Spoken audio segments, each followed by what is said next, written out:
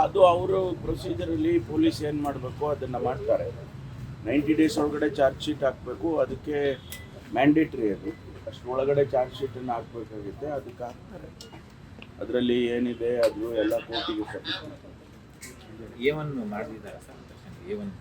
ಎವನ್ನ A2 ಅವ್ರಿಗೆ ಬಿಟ್ಟಿದ್ದದು. ಅವ್ರಿಗೆ ಅವರ ಎವಿಡೆನ್ಸ್ ಪ್ರಕಾರ ಯಾರಿಗೆ A1 ಮಾಡಬೇಕು, A2 ಮಾಡಬೇಕು, A3 ಮಾಡಬೇಕು ಅದೆಲ್ಲ ಅವರು ಮಾಡ್ತಾರೆ. ರೇಣುಕಾಸ್ವಾಮಿ ಕುಟುಂಬ ಏನು ಎಕ್ಸ್ಪೆಕ್ಟ್ ಮಾಡ್ಬೋದು ಸರ್ ಪೊಲೀಸ್ ಇಲಾಖೆ? ನ್ಯಾಯ ಎಕ್ಸ್ಪೆಕ್ಟ್ ಮಾಡ್ಬೋದು. ನ್ಯಾಯ ಒದಗಿಸ್ಕೊಡ್ತೀವಿ. ಕೋರ್ಟಲ್ಲಿ ಕೂಡ ನಾವು ನ್ಯಾಯಕ್ಕಾಗಿ ಹೋರಾಟ ಮಾಡ್ತೀವಿ. ಸರ್, ಈಗ ಎಂ ಬಿ ಪಾಟೀಲ್ ಅವರು ಮತ್ತು ಪ್ರಿಯಾಂಕ್ ಖರ್ಗೆ ಅವರು ಮತ್ತೆ ಒಂದು CS ಅವ್ರಿಗೆ ನೋಟಿಸ್ ಕೊಟ್ಟಿದ್ದಾರೆ ಸರ್, ವರದಿ ಕೇಳಿದ್ದಾರೆ. ಅದು CA ಸೈಟ್ ವಿಚಾರವಾಗಿ ನೋಡಿ, MB ಪಾಟೀಲ್ರು ಈಗಾಗಲೇ ಕ್ಲಾರಿಫಿಕೇಶನ್ ಮಾಡಿದ್ದಾರೆ. ನಾನು ಯಾವುದೇ ಕಾನೂನು ಬಾಹಿರವಾಗಿ ಅಲೋಕೇಶನ್ ಮಾಡಿಲ್ಲ. ಅವರಿಗೆ ಲೆಜಿಟಿಮೇಟ್ ಆಗಿ ಅವರು ಅರ್ಹರಿದ್ದರು, ಅದಕ್ಕಾಗಿ ಕೊಟ್ಟಿದ್ದೀನಿ ಅಂತ ಹೇಳಿದ್ದಾರೆ. ಅಲ್ಲಿ ಮುಗೀತು. ಮತ್ತೆ ಅದನ್ನು ಪದೇ ಅದನ್ನು ವೆರಿಫೈ ಮಾಡಲಿ. ಅವ್ರು ಮಾಡಿದಾರಾ ಇಲ್ವಾ ಕಾನೂನು ಪ್ರಕಾರ ಅಂತ ಬೇಕಾದರೆ ವೆರಿಫೈ ಮಾಡಲಿ. ಅದರ ಬದಲಿಗೆ ಸುಮ್ಮನೆ ಅನಾವಶ್ಯಕವಾಗಿ ಆಪಾದನೆ ಮಾಡೋದು ಸರಿ ಇಲ್ಲ. ಸರ್, ಖಾಸಗಿ ದೂರಿನ ಮೇಲೆ ಮತ್ತೆ ವರದಿ ಕೇಳೋದು ಮತ್ತೆ ಪ್ರಾಸಿಕ್ಯೂಷನ್ ಕೊಡಬಹುದು ಅಂತ ಸರ್. ನೋಡಿ, ಅದು ಅವರಿಗೆ ಯಾರು ಅಥಾರಿಟೀಸ್ ಇದ್ದಾರೆ, ಈಗ ಯಾರಿಗೆ ಗವರ್ನರಿಗೆ ಕೇಳಿದ್ದಾರೆ, ಅವರಿಗೆ ಬಿಟ್ಟಿರ್ತಕ್ಕಂಥದ್ದು. ಯಾಕೆಂದರೆ ವೆರಿಫಿಕೇಷನ್ ಮಾಡೋರು ಯಾರು? ವೆರಿಫಿಕೇಷನ್ ಮಾಡಿಸಿ ತೀರ್ಮಾನ ತಗೋಬೇಕಾದದ್ದು ಅವರ ಕರ್ತವ್ಯ. ಅದನ್ನು ಮಾಡಲಿ ಅವರು. ನಾವು ಹೇಳ್ತಾ ಇರ್ತಕ್ಕಂಥದ್ದು, MB ಪಾಟೀಲ್ರು ಹೇಳ್ತಾ ಇರ್ತಕ್ಕಂಥದ್ದು, ಸಂಬಂಧಪಟ್ಟ ಸಚಿವರು ನಾನು ಯಾವುದೇ ಕಾನೂನು ಬಾಹಿರವಾಗಿ ಅವರಿಗೆ ಅಲೋಕೇಶನ್ ಮಾಡಿಲ್ಲ ಅಂತ ಹೇಳಿದ್ದಾರೆ. ಅದನ್ನು ವೆರಿಫೈ ಮಾಡ್ಕೊಳ್ಳಿ.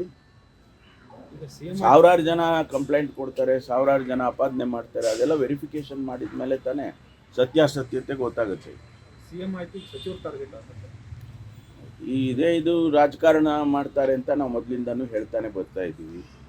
ಹಾಗಾಗಿ ಎಲ್ಲ ಈ ಭಾರತೀಯ ಜನತಾ ಪಾರ್ಟಿಯವರು ಈ ರಾಜಕೀಯ ಉದ್ದೇಶ ಇಟ್ಕೊಂಡು ಇವೆಲ್ಲವನ್ನು ಕೂಡ ಮಾಡ್ತಿದ್ದಾರೆ. ಅದಕ್ಕೆ ನಾವು ಜನರ ಮುಂದೆ ಸತ್ಯಾಸತ್ಯತೆಯನ್ನು ಇಡ್ತೇವೆ.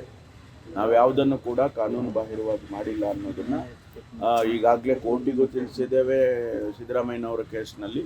ಮತ್ತು ಇಲ್ಲಿ ಕೂಡ ಅದನ್ನು ಜನಗಳ ಮುಂದೆ ಇಡ್ತೇವೆ. ಸರ್, ಕೋವಿಡ್ ಹಗರಣದ ವರದಿ ಸಲ್ಲಿಕೆ ಆಗಿದೆ, ಮುಂದೆ ಏನು ಕ್ರಮ?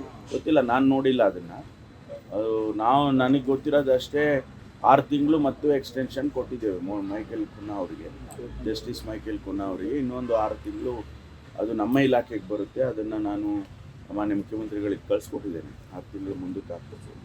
ಸರ್, ಇದು ಬಿಟ್ಕಾಯಿನ್ ವರದಿ ಏನಾದ್ರು ಪಡಿತಾ ಇಲ್ಲ, ಎಲ್ಲವನ್ನೂ ರಿವ್ಯೂ ಮಾಡ್ತಾ ಇದ್ದೇನೆ. ಬಿಟ್ಕಾಯಿನ್ದಿರ್ಬೋದು, ವಾಲ್ಮೀಕಿದಿರ್ಬೋದು, ಅಥವಾ ಕೋವಿಡ್ದಿರ್ಬೋದು, ಎಲ್ಲ ಕೇಸಸ್ಗಳು ಎಲ್ಲಿ ಪೆಂಡಿಂಗ್ ಇದ್ದಾವೆ, ನಮ್ಮ ಮುಂದೆ ಇನ್ವೆಸ್ಟಿಗೇಷನ್ನಲ್ಲಿದ್ದಾವೆ, ಎನ್ಕ್ವೈರಿನಲ್ಲಿದ್ದಾವೆ, ಅವೆಲ್ಲವನ್ನು ಕೂಡ CIDನಲ್ಲಿ SIT ಆಗಿರ್ಬೋದು ಅಥವಾ CID ಕೊಟ್ಟಿರ್ತಕ್ಕಂಥ ಕೇಸ್ಗಳಾಗಿರ್ಬೋದು, ಅದೆಲ್ಲ ರಿವ್ಯೂ ಮಾಡ್ತೀನಿ. ಅದಕ್ಕೆ ಮುಂದಿನ ದಿನದಲ್ಲಿ ಒಂದು ಕಮಿಟಿನೂ ಕೂಡ ಮಾಡ್ತಾ ಇದ್ದಾರೆ ಟು ರಿವ್ಯೂ ದೀಸ್ ಕೇಸಸ್. ಎಲ್ಲ ಕೇಸ್ಗಳಿಗೂ ರಿವ್ಯೂ ಮಾಡೋದಕ್ಕೂ ಒಂದು ಸಮಿತಿ ಮಾಡಬೇಕು ಅಂತ ಉದ್ದೇಶ ಇದೆ. ಅದನ್ನು ಮುಂದಿನ ದಿನದಲ್ಲಿ ಮಾಡ್ತೇವೆ. ಬಿಟ್ಕಾಯಿನ್ ವರದಿ ಸಪರೇಟ್ ಆಗಿ ಪಡಿತಾರೆ ಸರ್, ಎಲ್ಲವೂ ಒಟ್ಟಿಗೆ? ಇಲ್ಲ, ಬೇರೆ ಪಡಿತೀವಿ. ಅದು ಒಟ್ಟಿಗೆ ಮಾಡೋಕ್ಕಾಗಲ್ಲ ಸರ್. ಈಗ ಯಾರಾದ್ರೂ ಆಕಾಂಕ್ಷಿಗಳು ಅಥವಾ ಅಭ್ಯರ್ಥಿಗಳು ಏನಾದರೂ ಮನವಿ ಪತ್ರ ಕೊಡೋಕೆ ನಿಮಗೆ ಅವಕಾಶ ಇಲ್ವಾ ಸರ್? ಶಾಂತಿಯುತವಾಗಿ ಬಂದು ಮನವಿ ಪತ್ರ ಕೊಡೋ ಒಂದು ವೇದಿಕೆ ನಿಮ್ಮ ನಿವಾಸದ ಮುಂದೆ ಇಲ್ವಾ ಅಂತ? ಯಾಕೆಂದ್ರೆ ನಮ್ಮೆಲ್ಲರ ಮುಂದೆ, ಮಾಧ್ಯಮಗಳ ಮುಂದೆ ಅವ್ರ ಅಭ್ಯರ್ಥಿಗಳು ಪೊಲೀಸ್ ಪೇದೆ ಕೋರಿ ಬಂದಿದ್ರು, ನಿಂತಿದ್ರು. ಇನ್ನೊಬ್ರು PSI ಅಭ್ಯರ್ಥಿ ಏನೋ ಅವ್ರ ಮನವಿ ಪತ್ರ ಇಟ್ಕೊಂಡು ಬಂದಿದ್ರು. ಎಲ್ಲರೂ ಸೈಲೆಂಟ್ ಆಗಿ ನಿಂತಾರೆ. ಏಕಾಏಕಿ ಬಂದು ದಬ್ಬಾಳಿಕೆ ಮಾಡ್ತಾರಲ್ಲ ಪೊಲೀಸರು, ಅವ್ರನ್ನೆಲ್ಲ ಎಳ್ಕೊಂಡು ಬಲವಂತವಾಗಿ ಅಂತ ನೋಡ್ತಾ ಇದ್ದೀರಿ. ನಾನೇ ಖುದ್ದಾಗಿ ಯಾರೇ ಅರ್ಜಿ ಕೊಟ್ಟರು ತಗೊಳ್ತೀನಿ.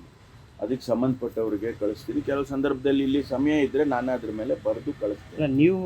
ಆದರೆ ಅಂಥದ್ದೇನಾದ್ರೂ ಆಗಿದ್ರೆ ನಾನು ಅವರಿಗೆ ಸೂಚನೆ ಕೊಡ್ತೀನಿ, ಪೊಲೀಸ್ನವರಿಗೆ, ಆ ರೀತಿ ಯಾರನ್ನು ಮಾಡಬೇಡಿ ಅಂತ. ಯಾಕೆಂದರೆ ನಾನು ಇಲ್ಲಿಂದ ನಮಗೆ ಅಲ್ಲಿ ನಾವು ರೆಸಿಡೆನ್ಸ್ ಆಫೀಸ್ ಏನು ಕೊಟ್ಟಿದ್ದಾರೆ ಅಲ್ಲಿಗೆ ಹೋಗಿ ಅಲ್ಲಿ ಸ್ವಲ್ಪ ಹೊತ್ತಿದ್ದು ಆನಂತರ ನಮ್ಮ ಕೆಲಸಗಳಿಗೆ ಹೋಗಬೇಕು ಅಂತ. ಕೆಲವು ಸಂದರ್ಭದಲ್ಲಿ ಏನಾಗುತ್ತೆ, ಲೇಟಾಗಿ ಬಂದಿರ್ತೀವಿ ಅಥವಾ ಕನ್ವೆ ಮಾಡೋ ರೀತಿ ಇದೆ ಅದನ್ನ ಮಾಡಬೇಕು, ಅದನ್ನು ಹೇಳ್ತೀವಿ. ಸರ್, ಅದನ್ನ ಜನಗಳ ಮುಂದೆ, ಮೀಡಿಯಾಗಳ ಮುಂದೆ ಕೇರ ಇಲ್ಲ ಪೊಲೀಸರಿಗೆ ಕನ್ವೆ ಮಾಡೋ ವಿಡಿಯೋ ರೀತಿ ನೋಡಿ ಇದೆಯಾ? ನೀವು ಹೇಗಿದೆ ಅಂದ್ರೆ ಅಲ್ಲ ಸರ್, ನೀವು ಗೃಹ ಸಚಿವರಾಗಿ ನೀವೇ ನಿಮ್ಗೆ ವಹಿಸ್ತೀರಾ? ಕೆಟ್ಟ ಹೆಸರು ಬರುತ್ತೆ ಸರ್. ನಿಮ್ಮ ಸಿಬ್ಬಂದಿಗೆ ನಿಮ್ಗೆ ಕೆಟ್ಟ ಹೆಸರು ಬರುತ್ತೆ. ಅದನ್ನ ಸರಿ ಮಾಡೋಣ.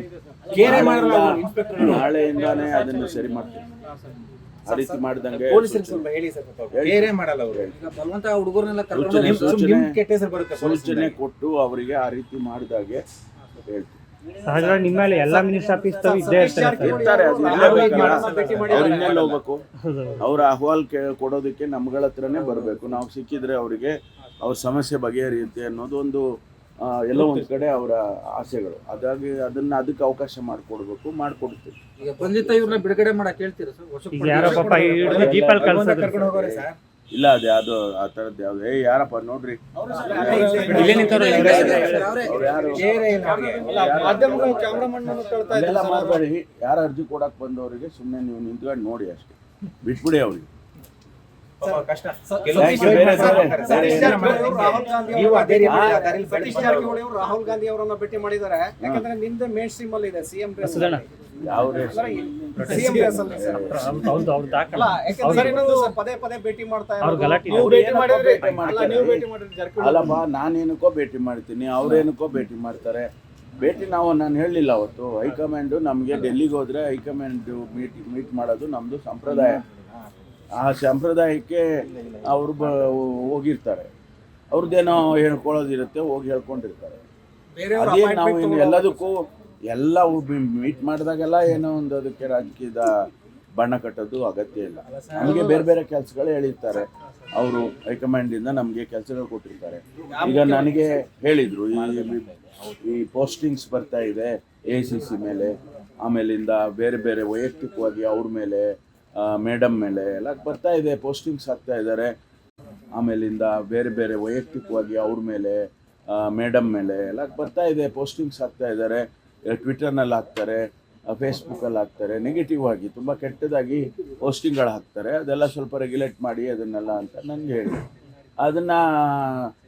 ಅದನ್ನ ಏನೋ ಬೇರೆ ಥರ ನೀವು ಹೇಳಿದ್ರೆ ಅಲ್ಲ ಸರ್, ನಮ್ಮ ಜೊತೆ ಡಿನ್ನರ್ ಮೀಟಿಂಗ್ ಆಗಿದ ತಕ್ಷಣ ಡೆಲ್ಲಿಗೆ ಹೋದ್ರು. ನೀವು ಗೊತ್ತಿಲ್ಲಪ್ಪ. ಅಲ್ಲ ಅಲ್ಲ ನೀವು ನನಗೆ ಗೊತ್ತಿರೋದು ಅಷ್ಟೇ, ನಾವೆಲ್ಲ ಹೋದಾಗ ಹೈಕಮಾಂಡ್ ಭೇಟಿ ಮಾಡ್ತೀವಿ ಅಷ್ಟೇ ಗೊತ್ತು ನನಗೆ.